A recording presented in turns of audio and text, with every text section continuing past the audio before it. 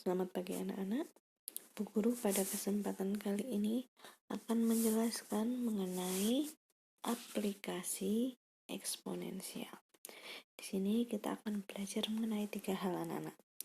Yang pertama mengenai fungsi pertumbuhan eksponensial.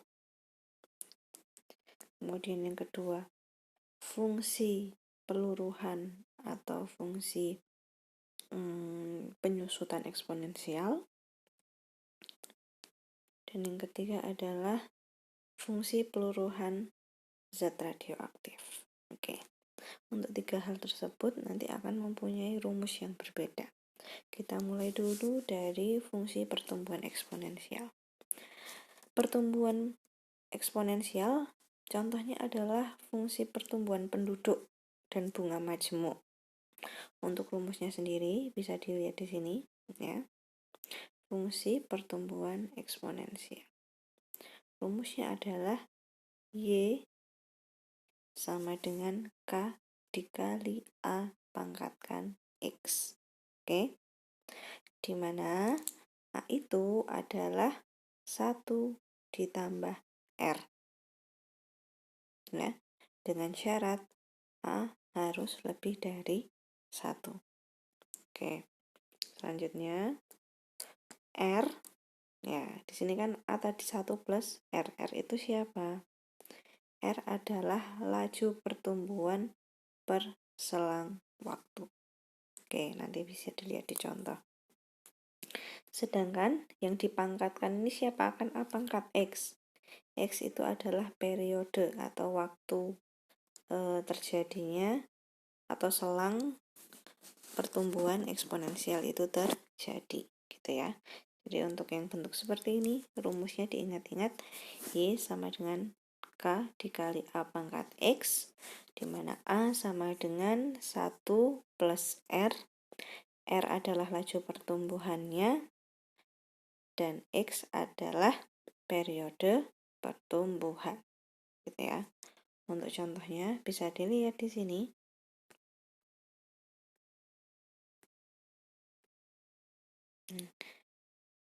Jumlah penduduk suatu daerah pada tahun 2018 sekitar 3 juta, di mana laju pertumbuhan penduduk adalah 2%. Yang pertama, soalnya di sini kalian diminta menuliskan persamaannya.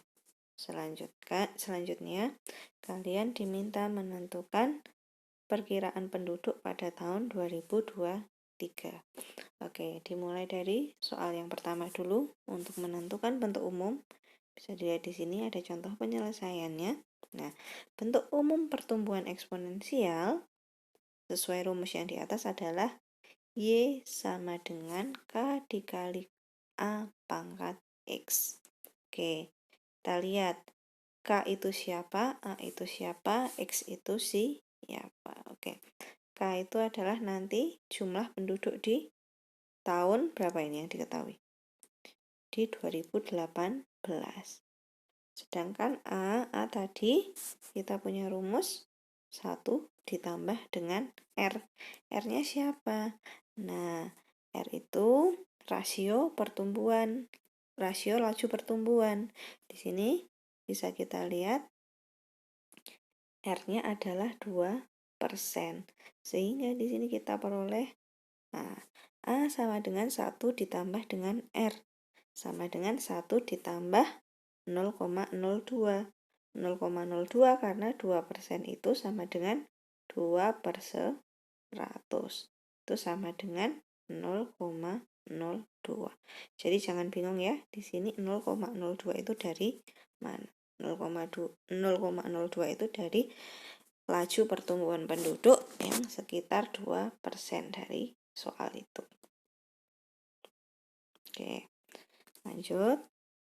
Nah, karena kalian diminta menuliskan bentuk umum, belum untuk menghitungnya, berarti langsung saja. Jadi, oke, bisa dilihat di sini. Jadi, jumlah penduduk suatu daerah bisa dimodelkan sebagai, kan Y sama dengan nih. Berarti di sini Y sama dengan, ya. Kemudian, jumlah penduduk awalnya berapa? K-nya kan 3 juta. Berarti di sini 3 gitu ya. Mungkin tidak usah dituliskan 3,000,000 atau 3 juta, tapi bisa ditulis 3 jutanya nanti dituliskan di belakang. 3. Oke, berulangi. Y sama dengan K adalah jumlah awal penduduk 3 juta, sehingga kita tulis di sini 3. 3 dikalikan dengan A pangkat X. A-nya adalah 1,02. Kita tuliskan di sini 1,02 pangkat X.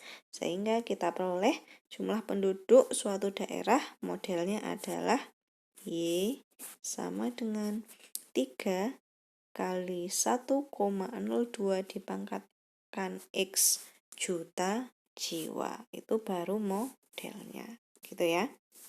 Nah, untuk soal yang B, kalian diminta menentukan perkiraan penduduk pada tahun 2023 ya, ini kan.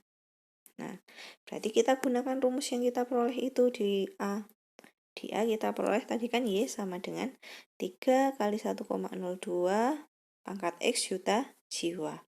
Nah, untuk mencari jumlah penduduk di tahun 2023, berarti kita masukkan nilai X-nya. X itu apa? Di sini X, oke, di rumus X adalah periode. Periode itu waktu, selang waktunya. Berarti X-nya itu dari tahun 2018 sampai dengan 2023. Sehingga lamanya itu atau nilai X-nya adalah 2023 kurangi 2018 itu adalah 5. 5 tahun. Jadi nilai X-nya di sini kita ganti dengan angka 5. Sehingga jumlah penduduk pada tahun 2023 bisa dituliskan sebagai berikut. Nah, Y sama dengan 3 kali 1,02 X-nya pangkatkan X. X-nya kita ganti dengan 5. Jadi Y sama dengan 3 kali 1,02 pangkat 5. Diperoleh hasilnya sama dengan 3 dikali 1,02 pangkat 5 adalah 1,104. Itu ya.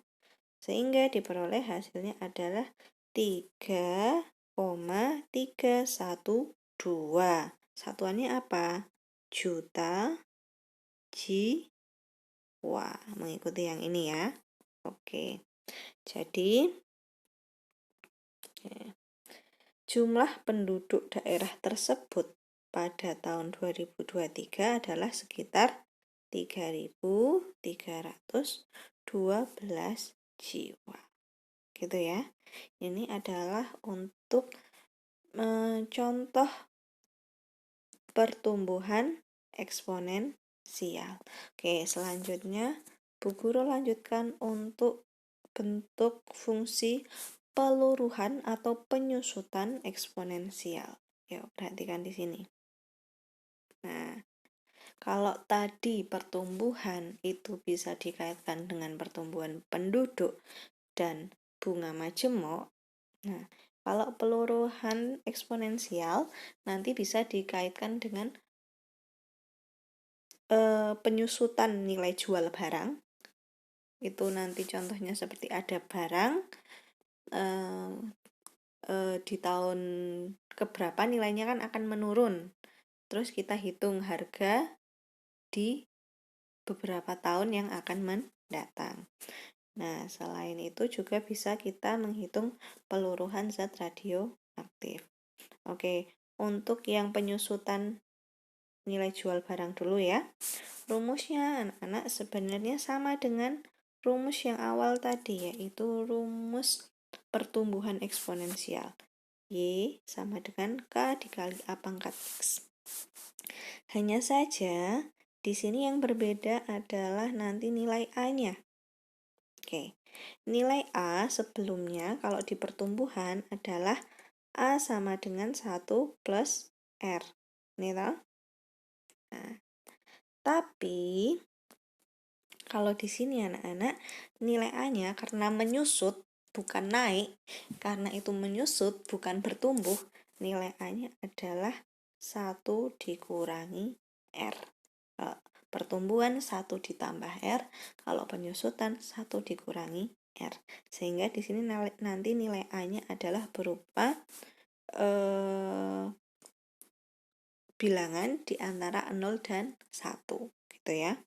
Oke, untuk yang lainnya laju pertumbuhannya juga masih sama, R ya rasionya. Oke. Nah, dan X adalah periodenya atau waktu laju bukan pertumbuhan ya di sini ya. Oke. Berarti R di sini adalah laju penyusutan ya. Sedangkan X ini adalah laju penyusutan. Ini pertumbuhannya mungkin diganti saja dengan penyusutan. Gitu ya. Oke, langsung ke contoh.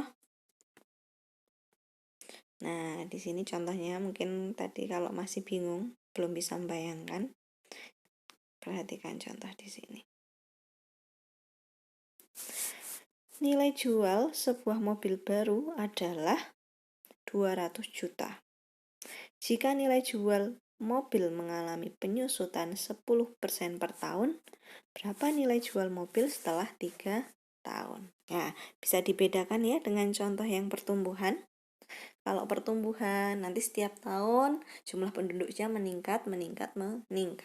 Tapi kalau penyusutan, contohnya harga mobil ini, nah nanti harganya semakin tahun akan semakin turun dan semakin turun gitu ya. Jadi dibedakan antara yang pertumbuhan dan yang penyusutan. Oke, untuk menyelesaikannya kalian diminta nilai jual mobil setelah 3 tahun. Oke, tadi kan rumusnya apa? Y sama dengan K kali A pangkat X. Oke, coba kita uraikan. K adalah nilai awalnya anak-anak. Di sini adalah nilai K. K-nya berarti adalah 200 juta. Sedangkan R adalah laju penyusutan. Ada nilai mobil mengalami penyusutan 10% per tahun. Berarti di sini R-nya adalah 10% per tahun ya. Nah, 10% itu kan sama dengan 10 per 100. Kalau disederhanakan menjadi 0,1 gitu ya. Jadi untuk nilai R-nya adalah 0,1. Tuh. Nah, R itu kita gunakan untuk mencari nilai A. A itu apa tadi? A sama dengan 1 per R, ya kan? 1 dikurangi R, maaf. R-nya 0,1, berarti A-nya adalah 1 dikurangi 0,1. Diperoleh nilainya 0,9. Gitu ya. Oke, kita sudah mempunyai nilai K, A, dan R, gitu kan? Untuk X-nya adalah selang waktu. Kalian diminta untuk menghitung penurunan harga mobil setelah 3 tahun. Artinya ini adalah nilai X-nya anak-anak. Jadi nanti X-nya adalah 3 tahun. Oke. Karena kita sudah mempunyai K sudah ada, A sudah ada, X sudah ada, kita tinggal nyari Y dengan memasukkan bilangan-bilangan yang sudah kita punya tadi. Oke. Y sama dengan K kali A pangkat X. Oke. K-nya adalah 200 juta. A-nya adalah 0,9. Dipangkatkan X, ya kan? Dipangkatkan X, X-nya adalah 3 tahun. Berarti X-nya kita ganti menjadi 3, seperti di sini anak-anak. Nah, jadinya seperti ini. Y sama dengan 200 dikalikan dengan 0,9 dipangkatkan 3 juta. Itu nilainya sama dengan 200 dikali, 0,9 pangkat 3 adalah 0,729. Ketika dikali, nilainya menjadi 145,8 juta rupiah. Ya kan? Tadi kan harga mobil toh. Sehingga harga mobil, nilai jual mobil setelah 3 tahun anak-anak adalah 145.800.000 rupiah. Gitu. Ini adalah contoh penyusutan. Oke. Terus ada lagi ini anak-anak dengan rumus yang sedikit berbeda. Yang ketiga adalah peluruhan zat radioaktif. Oke. Di situ ada rumusnya. Nih. M itu sama dengan MO dikali setengah pangkat N. Atau bisa juga menggunakan rumus A sama dengan AO dikali setengah pangkat N. Di mana MO itu massa awal, kalau kita menggunakan rumus ini, massa ya, berarti massa. Ketika kalian menggunakan A, berarti kalian ini menghitung aktivitas. Oke. Berarti yang namanya OO ini, MO, AO itu adalah massa awal dan aktivitas awal. Awalnya nanti nilainya berapa.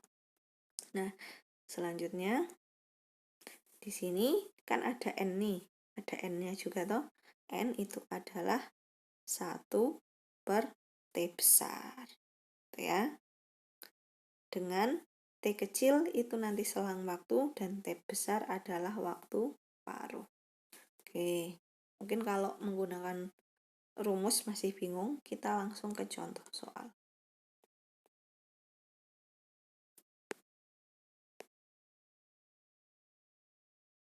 Nah, contohnya seperti ini anak-anak. Seorang pasien menggunakan iodin radioaktif I131 untuk pengobatan. Waktu paruh I131 adalah 6 hari. Seorang pasien menerima pengobatan 24 mCi. Berapa banyak I131 tertinggal dalam tubuh pasien setelah 30 hari? Nah, berarti kalian diminta untuk menentukan ini massa yang dicari ya. Massa dari suatu radioaktif setelah 30 hari. Dimana awalnya kita mempunyai massa zat radioaktifnya itu sebesar 24. Awalnya 24, setelah 30 hari jadi berapa? Begitu. Nah, bisa kita tuliskan dulu yang kita ketahui ya. Tadi kan rumusnya A itu sama dengan apa tadi? Bisa dilihat. A sama dengan A0 dikali setengah pangkat N itu. Oke, kita lihat dulu. Di sini A0-nya massa awalnya adalah 24 mCi. Oke, tadi kita memerlukan waktu paruh. Waktu paruh zat radioaktifnya dari soal adalah 6 hari. Nah, waktu paruh kita tuliskan sebagai T besar, 6 hari.